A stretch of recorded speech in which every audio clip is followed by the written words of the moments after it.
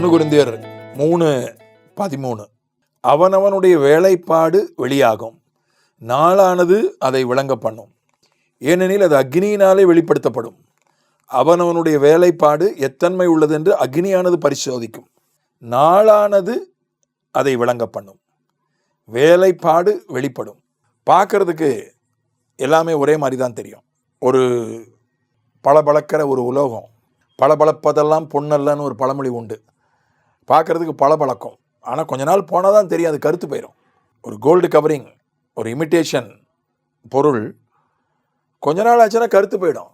1 வருஷம் 2 வருஷம் நல்லா இருக்கும், அதை வச்சுட்டு அது தங்கம்னு முடிவு பண்ண முடியாது. அது வெளிப்படும், அதுக்கு கால அவகாசம் தேவை.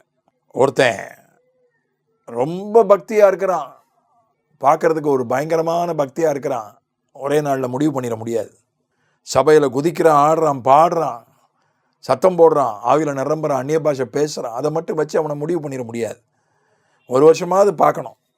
என்னுடைய ஒரு அபிப்பிராயம், ஒருத்தனை 1 வருஷமாவது பார்க்கணும். 3 வருஷம் பார்க்குறது நல்லது. ஒருத்தனை பற்றி முடிவுக்கு வரணும்னா 3 வருஷம் ஆகணும். அவனுடைய வாழ்க்கையை பற்றி முடிவுக்கு வரணும்னா குறைஞ்சபட்சம் ஒருத்தனுடைய ஊழியத்தை 1 வருஷம், குறைஞ்சபட்சம் ஒருத்தனுடைய ஊழியத்தை கவனித்து பார்த்தா தான் அவனுடைய ஓரளவுக்கு ஆகிலும் நம்ம கணிக்க முடியும். 3 வருஷத்தில் ஓரளவுக்கு அடிப்படையாக கணிச்சிடலாம் இந்த ஊழியம் எப்படிப்பட்ட ஊழியம்னு. நாளானது அதை விளங்க பண்ணும், அதுக்கு அவகாசம் தேவை. அவசரப்பட முடியாது. அவசரப்பட்டு நம்ம எதையும் முடிவு பண்ணிட முடியாது. அதனால தான் ஒரு விஷயத்தை நம்ம அதை சோதித்து பார்த்து புரிஞ்சுக்கிட்டு அதுக்கப்புறம் அதை செய்யணும், அல்லது அதோடு கூட நம்ம தொடர்பு வைக்கணும். இயேசுநாதர் ஒரு ஓமானம் சொன்னார். கற்பாறையின் மேல் கட்டப்பட்ட வீடு, மணலின் மேல் கட்டப்பட்ட வீடு. அங்கே அஸ்திபாரமே சரியில்லை, இங்கே அஸ்திபாரம் சரியாக இருக்குது. அந்த ஓமானத்துக்கும் பவுல் சொல்கிற இந்த ஓமானத்துக்கும் ஒரு பெரிய வித்தியாசம் என்னென்னா, இயேசு சொன்ன அந்த கற்பாறையின் மேல் கட்டப்பட்ட வீடு, மணல் மேல் கட்டப்பட்ட வீடு ஓமானத்தில் அஸ்திபாரமே சரியில்லை, அங்கே ரட்சிப்பே இல்லை. அதுவும் கூட எப்போது வெளிப்பட்டது என்றால், ஒரு வெள்ளம் வந்த போது தான். அது வரைக்கும் 2 வீட்டுக்குமே வித்தியாசம் தெரில. மத்தேயு 7ஆம் அதிகாரத்தினுடைய 24ஆம் வசனத்திலேருந்து இருக்குது. 24, 25, 26, 27, 28. அங்கே அஸ்திபாரமே சரியில்லை, அங்கே ரட்சிப்பே இல்லை. ஒருத்தனுக்கு ரட்சிப்பே இல்லை, ஒருத்தன் ரட்சிக்கப்பட்டிருக்கிறான். ஆனால் மேலே கட்டடம் ஒரே மாதிரி இருக்குது. அதுவும் எந்த அஸ்திபாரம் சரி, எந்த அஸ்திபாரம் சரியில்லை, எவன் ரட்சிக்கப்பட்டவன், எவன் ரட்சிக்கப்படாதவன், அது புயலும் வெள்ளமும் வரும்போது தான் தெரியும். எல்லாருடைய வாழ்க்கையிலும் புயல் வரும், எல்லார் வாழ்க்கையிலும் வெள்ளம் வரும். ஒருத்தருக்கு அது குடும்ப பிரச்சனையாக இருக்கும், ஒருத்தனுக்கு அது பொருளாதார பிரச்சனையாக இருக்கும், ஒருத்தனுக்கு அது நோயாக இருக்கும், ஒவ்வொருத்தனுக்கு அது ஒவ்வொரு விதத்தில் வரும், ஒவ்வொரு வடிவத்தில் வரும். வரும்போது தான் தெரியும் அவன் ரட்சிக்கப்பட்டவனா ரட்சிக்கப்படாதவனா, இவன் அஸ்திபாரம் சரியா சரியில்லையா. புயலும் வெள்ளமும் வரும்போது தான் தெரியும். ஆனால் பவுல் சொல்வது அஸ்திபாரம் சரியாக இருக்குது. 2 பேருமே கற்பாறையின் மேல் கட்டப்பட்ட வீடு தான். அஸ்திபாரம் சரியாக தான் இருக்குது, ஆனால் வீடு சரியா. அங்கே வெள்ளம் வந்துச்சு, வெள்ளமும் காற்று சோதிச்சுது. ஆனால் இங்கே அக்கினி சோதிக்குது. அஸ்திபாரத்துக்கு மேலே அஸ்திபாரம் கல்லில் தான் போட்டிருக்கு, நல்ல உறுதியான கல்லில் தான் போட்டிருக்கு. அது எந்த விதத்துலையும் ரட்சிப்பு தான் அஸ்திபாரமாக இருக்குது, அதில் பிரச்சனை இல்லை. ஆனால் மேலே கட்டி எழுப்பப்பட்ட வாழ்க்கை, மேலே கட்டி எழுப்பப்பட்ட ஊழியம், ரட்சிப்பின் மேல் கட்டி எழுப்பப்பட்ட வாழ்க்கை மற்றும் ஊழியம், அது உறுதியானது தானா என்பதை நித்தியத்தில் தான் தேவனுடைய அக்கினி சோதிக்கும். அது நித்தியத்தில் தான் தெரியும். இப்போ முடிவு பண்ணி, இப்போ ஓரளவுக்கு நம்ம கணிக்கலாம் வசனத்தை வச்சு, அதனுடைய கனிகளை வச்சு. அது தீர்ப்பு நித்தியத்தில் தான் தேவனுடைய அக்கினினால் அதை பரிசோதிக்கிறாரு. அது பெரிய ஊழியமாக இருக்கலாம், அது பெரிய ஒரு புகழ்பெற்ற ஒரு பக்திமானாக இருக்கலாம். ஆனால் அங்கே தேவனுடைய அக்கினி சோதிக்கும் போது தான் தெரியும்.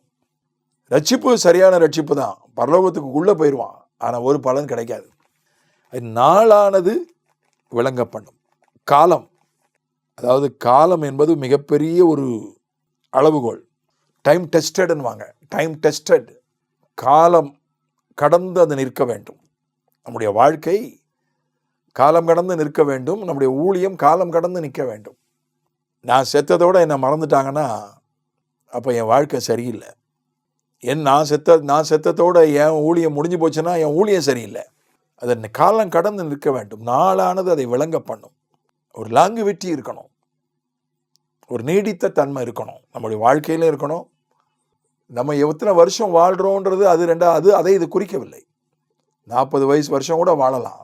ஏசுநாதர் போல ஏசுநாதர் 33 வருஷம் தானே வாழ்ந்தார். அவரை பற்றி இன்னும் 2000 வருஷமாக உலகம் பேசுதே.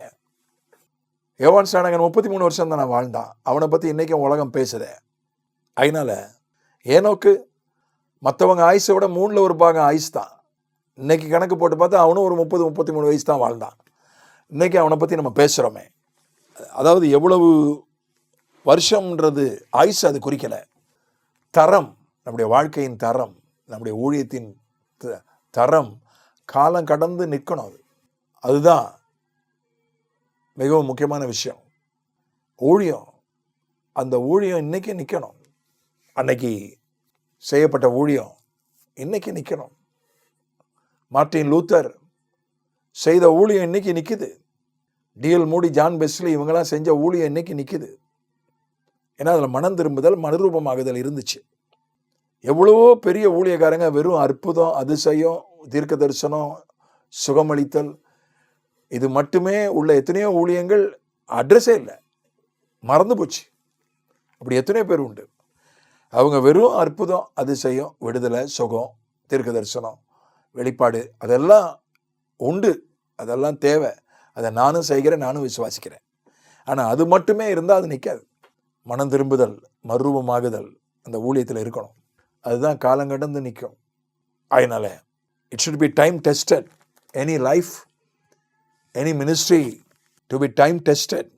ஆகவே நாளானது அதை விளங்க பண்ணும். நம்முடைய கிரியைகள் நித்தியம் வரைக்கும், இது வாழ்க்கையில் இடம்பெற்ற கிரியைகளோ ஊழிய கிரியைகளோ நித்தியம் வரைக்கும் அது நிற்கணும். அந்த அக்னியிலே அது நிற்கணும்.